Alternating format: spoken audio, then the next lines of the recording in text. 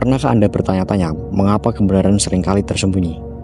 Mengapa banyak hal yang kita percaya selama ini ternyata hanyalah lapisan tipis yang menutupi kenyataan lebih dalam?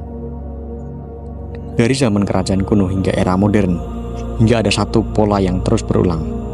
Kebenaran sering dikubur, ditutupi, atau bahkan dimanipulasi. Tapi mengapa? Siapa yang menyembunyikannya? Dan apa yang terjadi pada mereka yang mencoba untuk mengungkapkannya?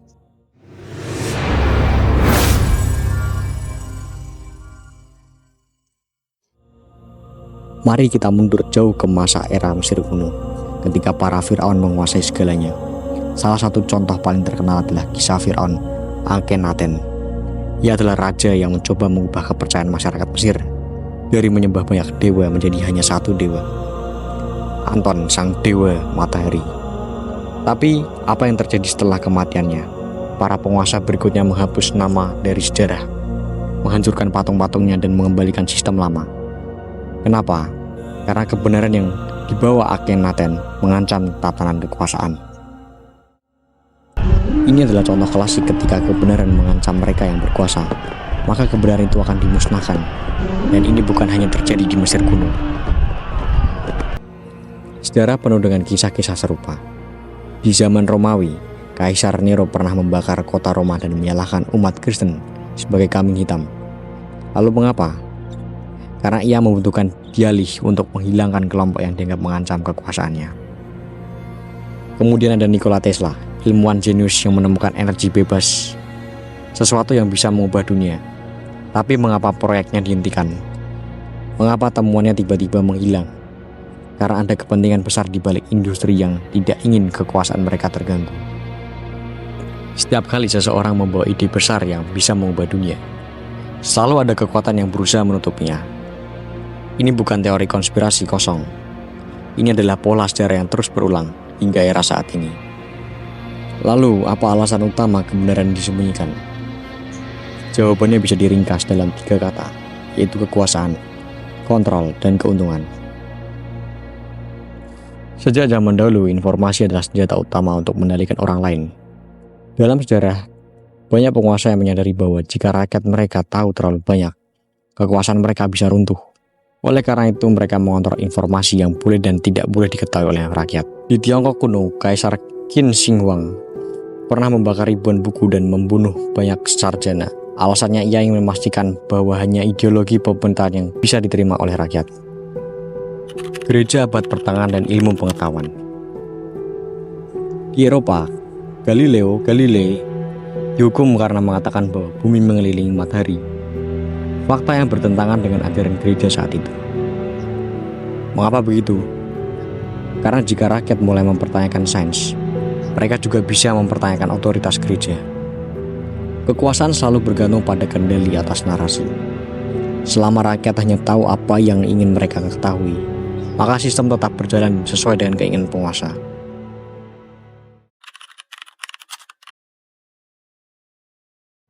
Keuntungan ekonomi. Kebenaran yang mengancam bisnis besar tidak hanya penguasa, tetapi juga perusahaan besar yang memiliki kepentingan untuk menyembunyikan kebenaran. Mengapa? Karena kebenaran tertentu bisa menghancurkan industri yang bernilai triliunan dolar. Energi gratis yang hilang.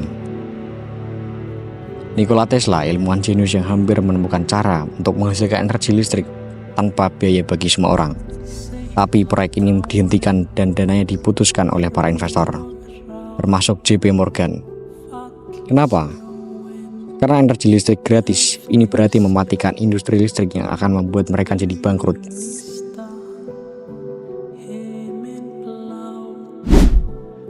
Industri farmasi dan penyembuhan alternatif. Di dunia medis ada banyak kasus di mana pengobatan alami atau terapi alternatif diabaikan atau bahkan dilarang. Kenapa? Karena jika ada penyembuhan murah dan efektif, siapa yang akan membeli obat mahal? Kebenaran seringkali berseberangan dengan kepentingan ekonomi. Jika ada sesuatu yang bisa mengancam bisnis besar, kemungkinan besar informasi itu akan ditekan dan dihapus. Psikologi manusia, kita tidak suka kebenaran yang tidak nyaman. Tapi ada satu faktor lain yang sering kita lupakan. Kadang-kadang bukan penguasa atau perusahaan yang menyembunyikan kebenaran, tapi diri kita sendiri. Fenomena psikologi, ketidaksesuaian kognitif. Dua pemikiran bertabrakan di dalam otak seseorang. Ketika seseorang dihadapkan pada informasi yang bertentangan dengan keyakinan, otak mereka cenderung menolaknya. Ini disebut cognitive dissonance. Seseorang lebih suka percaya pada kebohongan yang nyaman daripada menerima kebenaran yang mengganggu. Contoh kasus Flat Earth versus sains modern. Dua orang berdebat, satu dengan globe, satu lagi dengan peta datar. Meskipun sains modern sudah membuktikan bahwa bumi itu bulat, masih banyak orang yang percaya bahwa bumi itu datar. Kenapa? Karena menerima fakta baru berarti mereka harus mengakui bahwa mereka telah salah selama ini. Dan bagi sebagian orang, mengakui kesalahan lebih sulit daripada tetap hidup dalam kebohongan. Inilah sebabnya mengapa banyak orang tetap mempercayai mitos atau teori konspirasi, meskipun bukti sudah ada di depan mata mereka. Bukan karena mereka bodoh, tapi karena otak manusia cenderung menolak informasi yang bertentangan dengan keyakinan lama. Bagaimana kita bisa mengetahui kebenaran? Jadi, kalau kebenaran sering disembunyikan, bagaimana kita bisa mencarinya? Ada beberapa langkah yang bisa kita lakukan, yaitu dengan selalu bertanya. Jangan pernah terima informasi begitu saja. Selalu tanyakan siapa yang mengatakannya, apa buktinya, siapa yang diuntungkan dalam informasi ini. Cari sumber alternatif, jangan hanya bergantung pada satu sumber berita. Lihatlah berbagai perspektif, berani berpikir kritis. Kebenaran tidak selalu nyaman, tetapi hanya mereka lah yang berani berpikir mandiri yang dapat bisa melihatnya. Pada faktanya, kebenaran itu tidak dapat ditemukan di luar maupun dimanapun, namun hanya bisa ditemukan hanya di dalam diri kita, yaitu di dalam hati nurani kita, yang akan membimbing kita menuju kebenaran itu sendiri. Sekarang pertanyaannya adalah, apakah Anda cukup berani untuk mencarinya ke dalam diri kita sendiri, ke dalam hati nurani?